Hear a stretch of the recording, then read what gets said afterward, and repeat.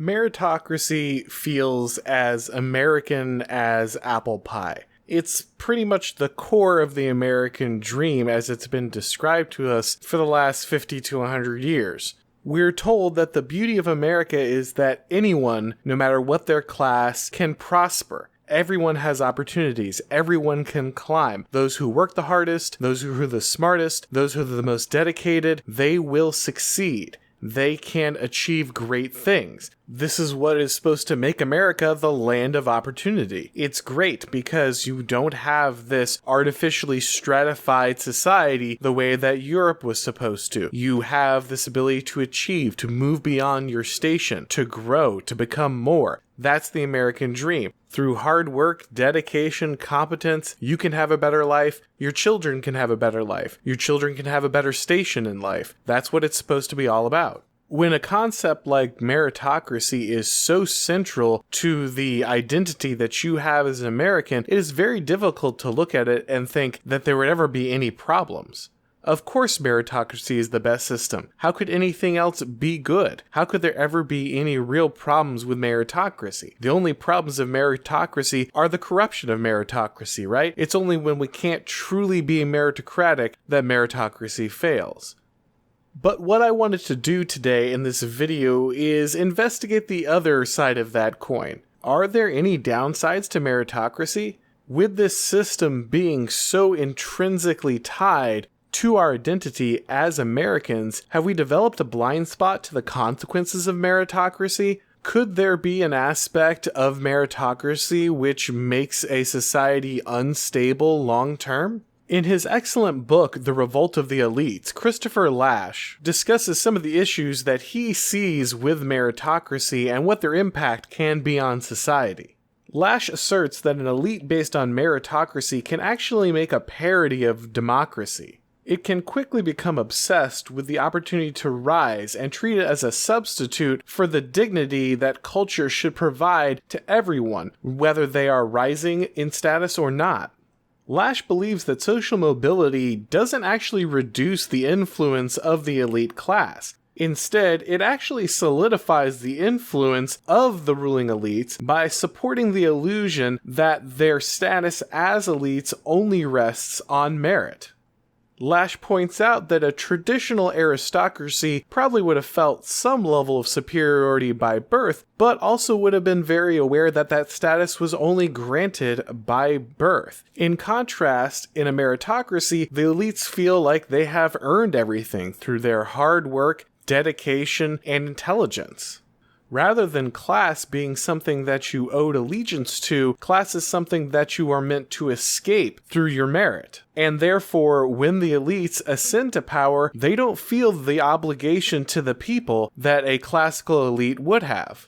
Their job was not to better their community, their job was not to do the best in their station, their job was to escape their community, to escape their station.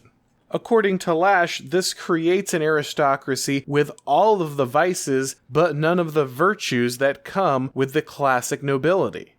The concept of noblesse oblige is functionally demolished, and instead is replaced with a purely cosmetic form of obligation to the lower classes or the poor. Rather than forming a more classical patron-client relationship with those below them, in which an elite would feel the obligation to listen to the concerns and needs of the classes below them in exchange for their support for their rule, meritocratic elites don't feel that deep connection to those that they rule over. In fact, they feel like they are inherently better than them and deserve their status. Therefore, any service to that underclass is usually done out of pure vanity. It's done only to be performative, to be seen as someone who cares and is compassionate, but does not actually serve the needs of the lower classes. Lasch points out that many of these programs that are supposed to make the lives of the lower classes better actually in practice end up causing great damage in their communities. Things like subsidizing single mothers look good on the surface, but the cost of this choice is never borne by the meritocratic elites. They never have to interact with the people who will actually deal with the fallout of this solution, and therefore they never suffer the cost associated with their poorly thought out programs. In fact, these programs often create an underclass, a lower middle class demand for jobs around servicing these very programs, things like social workers. And so the care for the poor and the underprivileged actually gets loaded onto the lower middle class. Middle class taxes are spent hiring lower middle class people who will care for the poor, while the meritocracy is never required to actually serve the community. Lash also believes that this obsession with climbing the meritocracy also removes capable leadership from the lower classes and robs them of people who would have bettered their lives, who would have advocated for improvements. Talented people who would have been an asset to their community instead leave it in order to pursue the climb to the top of the meritocratic heap. This only widens the gap between the common people and the elites, and when it comes to marriage, we see this expanding even more. As the meritocracy drove women to seek status by going to college and achieving inside the professional fields, we saw a shift in the way that marriage worked. Traditionally, a doctor or a lawyer would have married, say, their secretary or their nurse, someone who probably came from a lower socioeconomic status.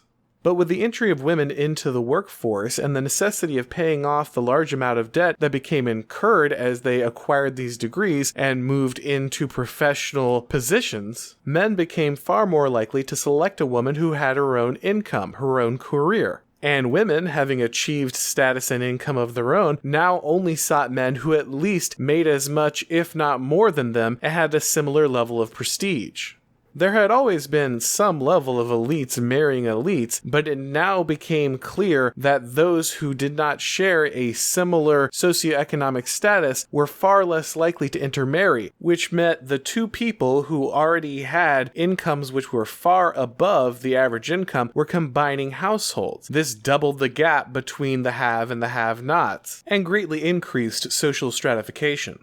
In his book Coming Apart, Charles Murray also expressed a concern about elites and marriage practices which would increase the gap between the common person and those at the top of the meritocratic structure.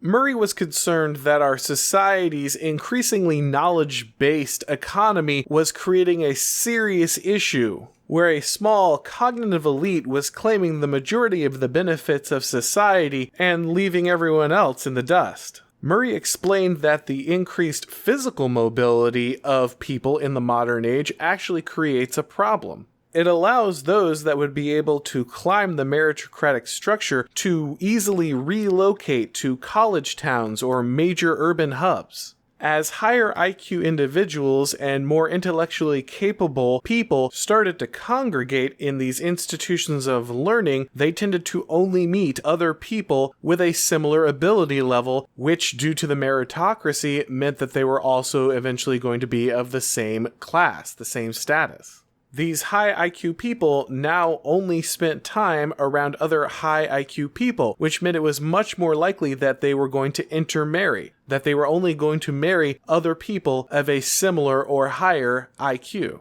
This meant that rather than spreading intelligence, which is highly heritable across a wider distribution, it was instead all being concentrated inside these elite communities. And we now have a society that increasingly only rewards people with this kind of ability. Our economy is increasingly providing disproportionate benefits to those that can complete incredibly difficult cognitive tasks. And those people are creating things like automation, which are phasing out high-quality jobs that used to be available to a person of average intelligence.